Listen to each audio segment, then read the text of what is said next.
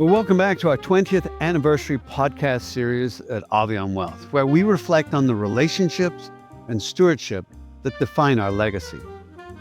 Today, we're joined by Sarah McIvor, partner and wealth manager here at Avion. For 11 years, Sarah has helped guide families through complex, multi-generational decisions with both clarity and care.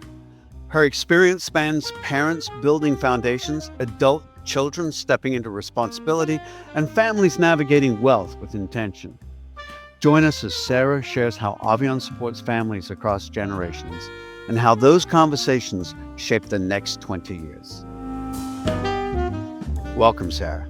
Thanks for having me. I'm excited to be here today. Well, thank you for joining us. And let's start with the story. Can you share a story about a long-standing family client where the next generation has become intimately and actively involved?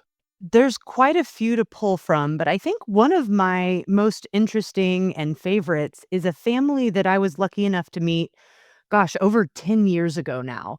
And when I first met with them, it was the matriarch at the time who was kind of entering her 80s. Her daughter, who, was in her 40s or 50s at the time, and then her son, who was in his early 20s. And we actually had a lot of our early meetings all together, planning for all three generations, which was such a lovely opportunity to get to know everyone in the family and their different needs and their different trajectories for where they were in their life. So that was over 10 years ago, if I heard you right. How has that conversation evolved and how have those relationships evolved? It's been a wonderful experience getting to know them, and what I got to help them work through and process was the slow and steady handing over of the reins, if you will, of the multi-generational family finances from the matriarch, who was really ready to take a break, slow down, enjoy the fruits of all of her labor, and pass over the various controlling mechanisms to her daughter and all of the different updates that went through, whether it was investment specific or the estate, the legal and estate side of things, and as well as the more really quite complex insurance planning that they have done over the years. And now, as the younger son has now entered the workforce, is an adult and really taking on some of his own management, it's just been a delightful but also fascinating study in learning and relinquishing control and also teaching moments. I bet it's really interesting because various generations are different. We got the World War II, the greatest generation. They didn't talk about money. They didn't tell anyone anything. And the next generation basically had to figure it out. We got the baby boomers. We got Gen X. We got Gen Y. We got Gen Z. I'm not even sure what letter we're on anymore. But how has that changed in your experience? How are the different generations receiving the message, for want of a better term? From a true mechanical standpoint, every single meeting I had with the original matriarch was in person at a table together in office. Now, my interactions with her daughter has been a little bit of a combination of in person, but also Zoom conference phone calls. Whereas now, the son, who has actually moved across the country now, I have not actually sat down and spoken to in person in many years. We're almost entirely communicating and doing all of the heavy lifting planning either via Zoom, phone, email, etc. And it's interesting because you have to make sure you meet someone where they want to be met. And sometimes that's face to face at a table, and sometimes that's a really quick text or email to get something done. But I think a huge part of what we do is making sure that we learn, understand, and respect how someone wants to be interacted with and how they want to be communicated with, and honor that to the best of our abilities. At Avion, we care very much about not just financial inheritance, but passing on values and passing on opportunities for the next generation to grow. Talk to me about some of the legacy conversations that you've had with some of your clients. This is really interesting. And actually, the family I'm talking about is another really good example of this. But anytime there is a desire to do good, not just inside the family, but also outside in the community, we talk about various methods of charitable giving, charitable planning. And it was so fascinating when I first met this family, the matriarch and her late husband, who I never had the pleasure of meeting, had already established a charitable fund that they were actively managing and giving funds out of. And it's been really lovely to set that up. And I've actually seen that account not only give tens, if not hundreds of thousands of dollars over the years, but actually continue to grow through careful stewardship now of the daughter. And I look forward to, probably not anytime soon, but in the future, as she, just like her mother, eventually maybe steps back and hands the reins over to her son, he will also inherit not just his own assets, but the management and stewardship of this charitable giving account that I think he'll really enjoy being able to direct those funds to continuing to honor his mother and his grandmother's charities of choice, but also his own future choices. And I think we see that a lot with parents as they are teaching their kids how to be good stewards of not only their wealth, but the world. We see a lot of those accounts becoming more popular and setting up their children and grandchildren as successor trustees of those funds and making sure they understand the importance of managing it in a way that it can last across those generations. So I love the term stewardship. What we're talking about is each generation moving from one of control to one of more stewardship and passing on the baton.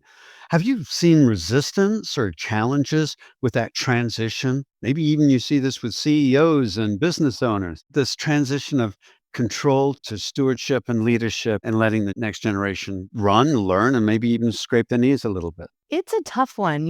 I'm really lucky in that I have not seen it too often. I think more of what we encounter is maybe just a little bit of uncertainty, maybe a little bit of fear, but a sense of I had to learn this the hard way. I'm comforted in knowing that my child or grandchild has, for lack of a better way to put it, maybe the training wheels of having a firm like us maybe hold their hand along the way to make sure that there's no pitfalls or big mistakes without some guardrails and feedback from us. So I think if anything we see is a sense of hopefulness of I'm so pleased that while I may have had to learn this the hard way, I'm really happy that insert whatever heir we may be talking about has these kind of helpful bumpers on the side of their decision making, which is us, to make sure that nothing nothing too dangerous can happen. And to a degree, giving them the space to maybe make some of those decisions and have to learn pros and cons along the way. I think that's really helpful for a lot of people. One of the things I'm so proud of, in Avion's 20-year history, I can drone on about different clients, but I'm thinking about one who became a client in, I think, our first or second year in business. And sadly passed away, left an enormous legacy, not only for his family, but for a lot of very important charities.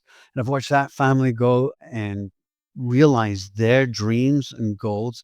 And now we're at the next generation, and we're talking of the original legacy, the great grandchildren now, and providing for them. And I think very much we're not just talking about providing financially. In fact, just providing financially and not adding to the value structure or guidance is a disservice. It often kneecaps them in life, for want of a better term. Do you have any reflections on what a successful generational transition would look like?